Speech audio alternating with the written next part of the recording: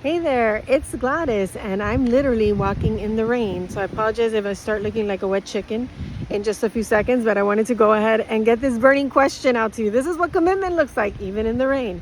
Uh, the first commitment was getting my daily walk in. The second one is making sure that I answer your questions. So the question that I received was, how do I get a man to do what I want him to do? There's actually two parts to the question. Is how do I make a man think that he's the one calling the shots? And how do I get a man to do what I want him to do?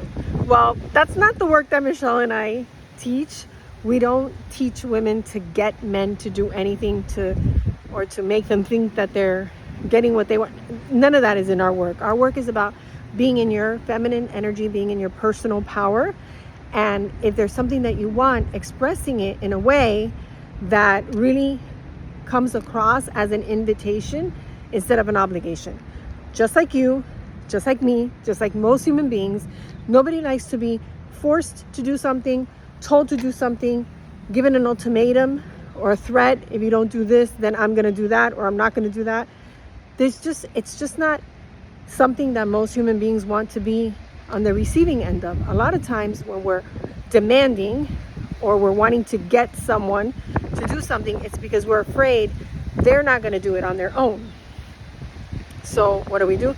Well, if I don't threaten, then he won't do it.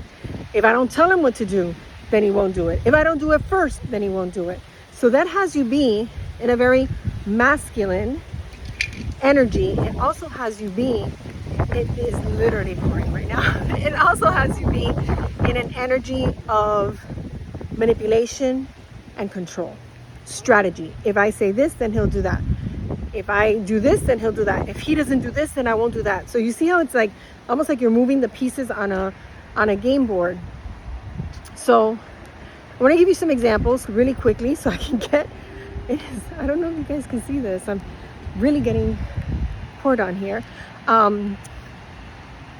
Instead of saying, I want you to take me out on Saturday, or you never take me out on Saturday. You never take me out anymore.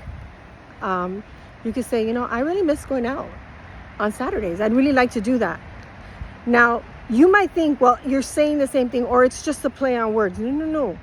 I'm focusing on me. When I say, you never take me out anymore, or why don't you ever take me out anymore, or all you ever do is hang out with your friends, or whatever it is, right? It's you focused, meaning him. When I say, I really miss going out, I'd love to go out on Saturday. I really miss doing something fun on Saturday. You even hear it in my tone, because it's not the words, it's the energy behind them. I'm just expressing a desire. I would love to go out. I miss it. I'd love to go out on Saturday. I love to do something fun. I would love to do something different. It's different than we always do the same thing.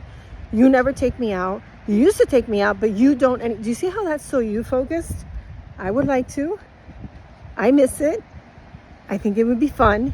It's all focused on me and my desire. It's not a selfish me. It's a clear, this is something that I would like.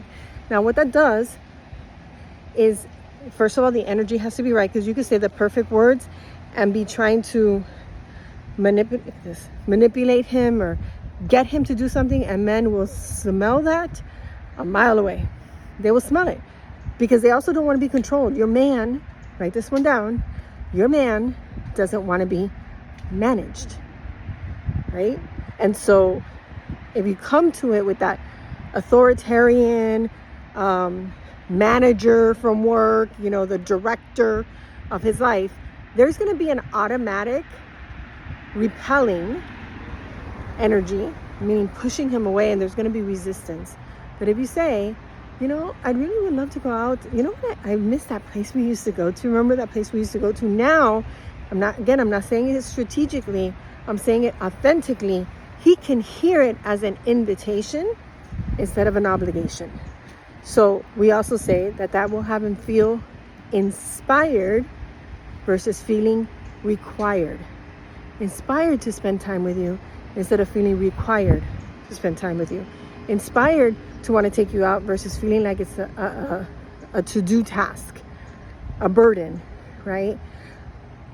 So more important than the words write this one down too. What's more important than the words that you say is the energy in which you're saying them.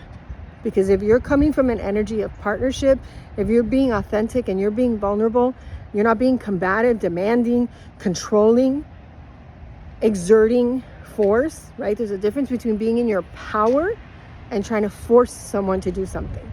When you're in your power, it's all about you. When you're trying to force someone, it's about you're like dragging the person to something versus magnetically attracting. All right, so I hope that this was helpful. I'm so glad it stopped raining, and I'm glad I was able to get this message to you. And I'll see you on tomorrow's burning question.